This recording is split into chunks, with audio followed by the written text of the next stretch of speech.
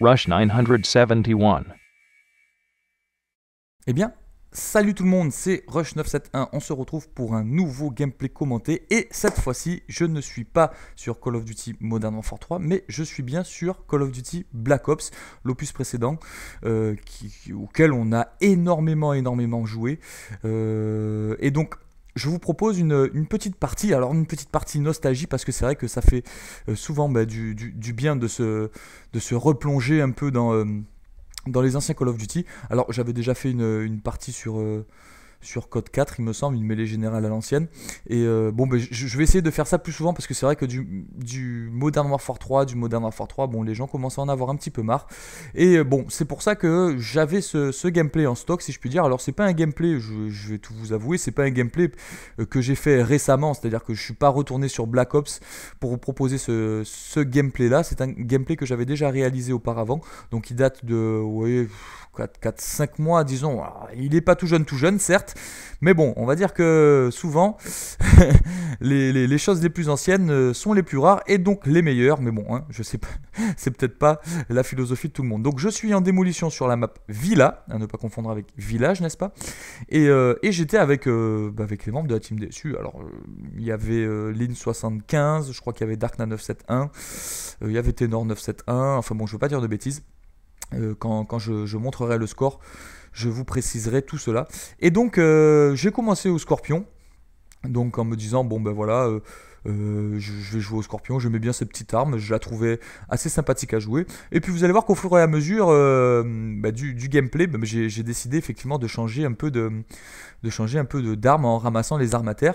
Et vous allez voir qu'on retrouve souvent, comme d'habitude, les mêmes armes à terre, mais avec des configurations différentes. Par exemple, le FAMAS, bon, des fois on le trouve avec le silencieux, des fois on le trouve avec le viseur laser.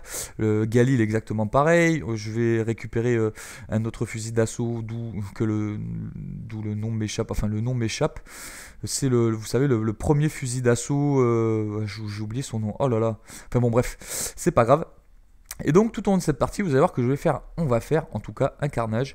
Et ce qui est bien en démolition, c'est qu'on a la possibilité, effectivement, quand on sent qu'on peut maîtriser son sujet, autrement dit qu'on maîtrise, en tout cas qu'on maîtrise son adversaire, c'est qu'on peut effectivement faire durer la partie afin de faire énormément de frags.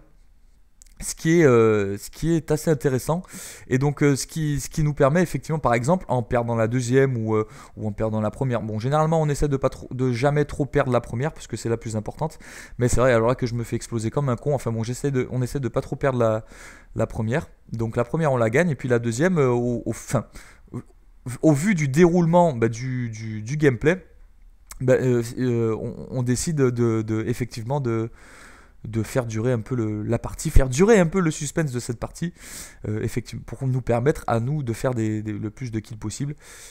C'est vrai que certains vont dire ouais mais c'est pas bien tout ça, nanani nanana, vous jouez pas l'objectif, vous faites que des kills, tout ça. Je dis bon bah certes, si vous voulez, en tout cas en démolition, quand on peut maîtriser effectivement une partie, il n'y a pas à dire, c'est vraiment bien de faire durer la partie pour effectivement faire le plus de kills possible et envoyer le plus de killstreaks possible. Alors, mes killstreaks sont les killstreaks habituels de Black Ops, hein, Blackbird, Yui et Chien. Donc bon, tout le monde connaît un peu on va dire, cette combinaison de killstreaks, ça n'a pas changé. Alors que là, on gagne la première partie. Alors la première partie qui s'est déroulé assez rapidement, comme vous avez pu le constater. Donc comme je vous ai dit, on perd pas la première partie. Par contre la deuxième, il me semble qu'on va la perdre. Darknet n'était pas avec nous. Ah si, Darknet était avec nous. Enfin bon bref, je sais pas, on s'en fout. Et donc je voulais vous parler un peu du prochain opus de Call of Duty, enfin vous parler, je vais vous dire ce que j'en pense, vous allez rétorquer en me disant ce que vous en pensez vous, concernant ce Black Ops 2, parce que tout le monde sait, enfin ou peut-être pas, en tout cas le prochain opus de Call of Duty, enfin de la licence, va s'appeler Black Ops 2, donc dans la continuité effectivement de Black Ops, c'est Treyarch qui va le faire.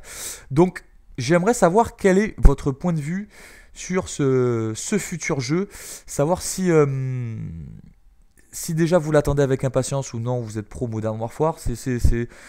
Il y a beaucoup de personnes qui sont pro Modern Warfare, notamment à cause du snipe. C'est vrai que effectivement le système de snipe de Black Ops et de Modern Warfare est totalement différent. moi qui ne joue pas au snipe ou très très peu, effectivement, je j'ai jamais joué au snipe ou presque sur Black Ops et je me sens beaucoup plus à l'aise sur Modern Warfare. Alors vous allez dire oui que ils ont facilité le snipe pour que tout le monde puisse jouer. Bon, certes, mais en tout cas, le concept de rapidité dans le fait de scoper, ça n'apparaît pas sur Black Ops et les puristes, effectivement, ben, se sont sentis un peu lésés sur cet opus de Black Ops. Alors, la première chose que j'aimerais pu dire, donc vous voyez que je pense un peu à tout le monde, même si je ne suis pas sniper, je pense aux snipers. J'aimerais effectivement, enfin, j'attends que Treyarch copie un peu son modèle de snipe sur Modern Warfare pour que effectivement cet opus puisse contenter tout le monde et puisse permettre à tout le monde de jouer, parce que c'est vrai qu'il y a beaucoup de personnes qui sont restées sur Modern Warfare 2, sur MW2, ben, uniquement à cause du snipe. Il y en a énormément, parce que le gameplay de Black Ops, enfin selon moi, n'était pas mauvais. Il était pour moi, il était très très réussi. Mais c'est vrai que bon, ben, certaines personnes, ben, notamment les snipers, ben, se sont sentis un peu lésés, et je peux comprendre totalement cela. Donc pour Black Ops, moi en tout cas, ça aurait été intéressant qui copie un peu le système, enfin copier est un bien grand mot, mais qui adapte leur système de fusil de précision en fonction de Modern Warfare, que ce soit le 2 ou le 3 ou même le 1, afin effectivement que les snipers ne se sentent pas lésés. Ça, c'est la première chose. Ensuite, au niveau des killstreaks, vous m'excuserez, hein, je fais pas les choses dans l'ordre, c'est pas quelque chose que j'ai préparé ou autre, c'est juste que mes avis, oui, sur la question, ben, on va dire en disant, enfin, on va dire ce qui me vient en tête. Et donc c'est vrai que au niveau alors que je joue avec le C4, qu'au niveau des killstreaks, j'aimerais que les killstreaks quand même soient un peu supérieurs à ce qu'on peut trouver sur Black Ops. Alors vous allez sur Modern Warfare, pardon. Alors non, sur Black Ops, pardon. Soit un peu supérieur à ce qu'il y avait sur Black Ops 1, on va l'appeler comme ça.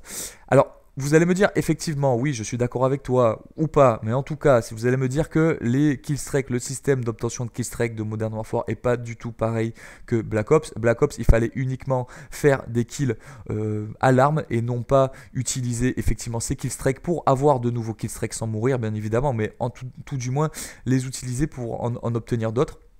Donc c'est vrai que c'est totalement différent, donc en fait ça minimise certains killstreaks de Modern Warfare qui sont quand même assez élevés.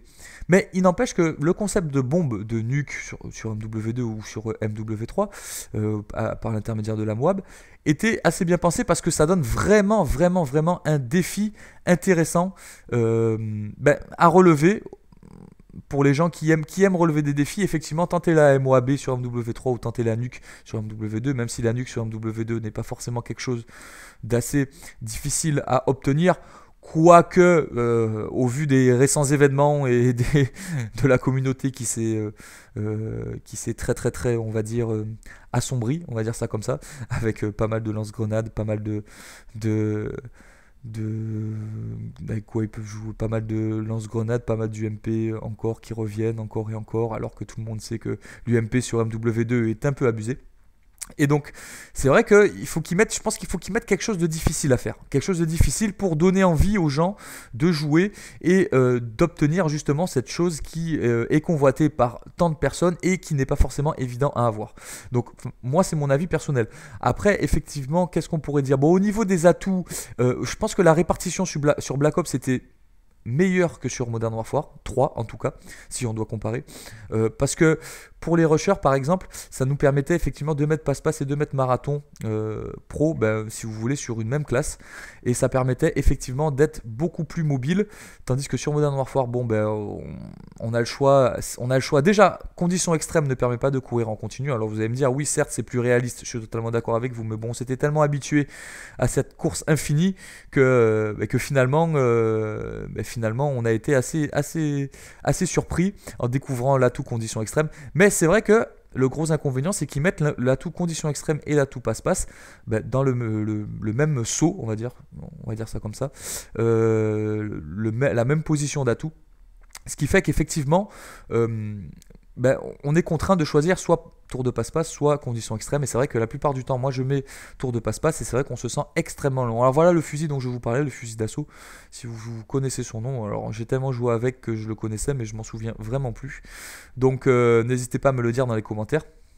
Donc en tout cas, j'espère que ce gameplay vous plaira parce que ça nous permet effectivement de retourner un peu, on va dire, à l'époque de Black Ops. Et je trouve que c'est assez intéressant parce que c'était un très bon jeu. Alors beaucoup de personnes l'ont critiqué, on va dire à 80% les snipers comme je disais. Mais c'est vrai que Black Ops c'était un jeu assez intéressant. Et c'est vrai que c'est lui qui a fait... qui a permis de connaître, on va dire, qui a permis de connaître... Non, à la licence de se faire connaître par énormément de joueurs. Donc c'est vrai que ce jeu restera quand même dans les annales pour ça, pour avoir été, mis à part MW3 avant la sortie de MW3, le jeu le plus vendu sur la licence. Et c'est pour vous montrer l'évolution effectivement de la licence. Et il y a beaucoup de personnes qui ont bien aimé ce jeu et je peux les comprendre parce que je le trouve assez intéressant. Donc alors, on a parlé des atouts, on a parlé des killstreaks. Qu'est-ce qui pourrait être intéressant de voir ensemble? Les armes. Alors les armes, effectivement, les armes sur Black Ops, je trouve qu'elles étaient beaucoup plus équilibrées. Alors, que Modern Warfare 3 par exemple.